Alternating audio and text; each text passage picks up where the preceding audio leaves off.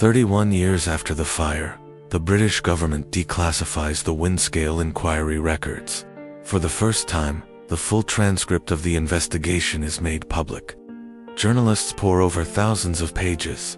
Historians piece together the true story. And the British people learn, with shock and anger, that they have been lied to for 3 decades. The reaction is muted, not because the public does not care, but because so much time has passed. The men who fought the fire are old now. Some are already dead.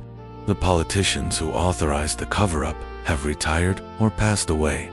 The world has moved on. But for those who remember, the declassification is a vindication. Tom Tuohy is 72 years old. He is finally free to speak. He gives interviews to newspapers and television programs. In his quiet, unassuming way, he describes climbing onto that roof with a fire hose. He does not exaggerate his role. He does not seek praise. He simply tells the truth. His family hears his story for the first time. His children learned what their father did on that October night in 1957. His grandchildren begin to understand why their grandfather always seemed distant, preoccupied, burdened by a secret he could not share. Tuohy dies in 2008, 1 year after the 50th anniversary of the fire. He is 82 years old. His obituary appears in several British newspapers.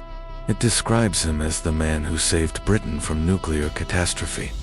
He would have hated that description. He never thought of himself as a hero. He was just an engineer who did his job. The 50th anniversary.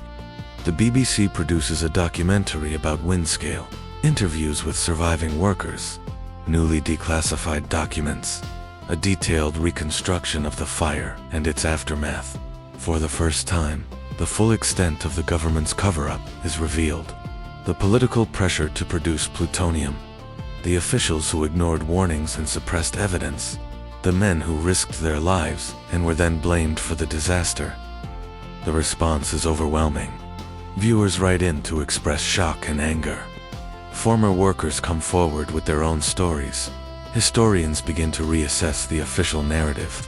Windscale, once a footnote, is finally recognized for what it always was: the worst nuclear disaster in British history. What did we learn? The technical lessons were incorporated into later reactor designs. New safety systems, new operating procedures.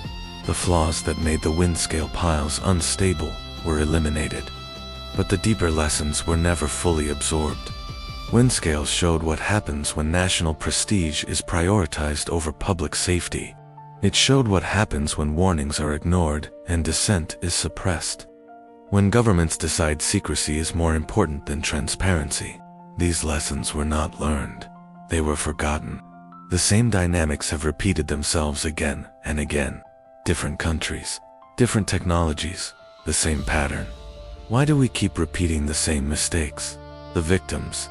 It is impossible to know exactly how many people died as a result of the Windscale fire. The official estimate is 240 additional cancer deaths, but numbers do not capture the human reality. There were families who lost parents to cancer, never knowing it was caused by radioactive milk. There were children who grew up with thyroid problems, never knowing their thyroids had absorbed iodine-131 from the grass their cows ate. There were workers who developed leukemia, never knowing that their exposure at Windscale had condemned them to an early death. They did not know. Their doctors did not know. The government knew, but the government did not tell them. This is the true crime of Windscale. Not the fire, not the design flaws, not even the cover-up. The true crime is that the victims were denied the right to know what had happened to them, denied the right to understand their own illnesses, denied the right to seek compensation, denied the right to hold their government accountable. They were erased from history, just as Tom Tuohy was erased, just as the firefighters were erased, and when the truth finally emerged, most of them were already dead. Why this story matters? You might be watching this and thinking, this is ancient history. 1957, 69 years ago. Why should I care about something that happened before I was born? Because it is still happening. The same pressures exist today. In every country that operates nuclear reactors, the same temptation to prioritize production over safety, the same instinct to suppress bad news, the same tendency to blame individuals for systemic failures. We see it in ongoing problems at nuclear facilities around the world. We see it in the delays and cost overruns at new reactor projects. We see it in the difficulty of finding permanent storage solutions for waste that will remain dangerous for thousands of years. We see it in the way that governments and industries continue to treat nuclear safety as a technical problem rather than a human one. The lessons of Windscale have not been learned. They have been filed away, archived, forgotten, and every generation must learn them again, the hard way. This is why we tell these stories, not to dwell on the past, but to change the future. A final word. On the 10th of October 1957, Tom Tuohy looked up at a chimney spewing radioactive smoke and made a choice. He could have walked away. He could have followed protocol. He could have waited for someone else to take responsibility. He did not. He climbed onto that roof. He picked up that hose. He stood in the heart of the inferno and fought the fire until it was out. He did it because it was his job. He did it because he could not imagine doing anything else. He did it because, in that moment, the only thing that mattered was stopping the catastrophe. He did not expect to be thanked. He did not expect to be remembered. He did not expect that, 69 years later, someone would tell his story to millions of people around the world. But we are telling it now, and we will keep telling it, as long as there are people willing to listen. Because the truth cannot stay buried forever. Every lie we tell incurs a debt to the truth.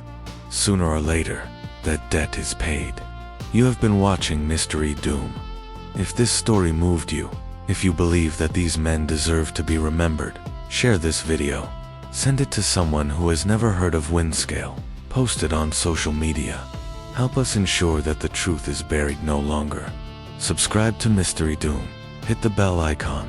Turn on notifications. Every week, we bring you a new story from the dark side of history. Disasters you thought you knew. Heroes you have never heard of. Truths that were never meant to be told. We are independent. We are free. We answer to no sponsor, no corporation, no government. We answer only to you. The link to join our membership program is in the description. For the price of a coffee each month, you get early access to new videos, exclusive behind-the-scenes content, and our deepest gratitude. But more than that, you become part of something larger, a community of people who refuse to forget, who believe that the past matters, who understand that every truth buried is a debt unpaid. Thank you for watching. Thank you for listening. And thank you for ensuring that the heroes of Windscale are heroes no longer forgotten. The truth never stays buried forever. This is Mystery Doom. We will see you in the next one. 2026 Mystery Doom. All rights reserved.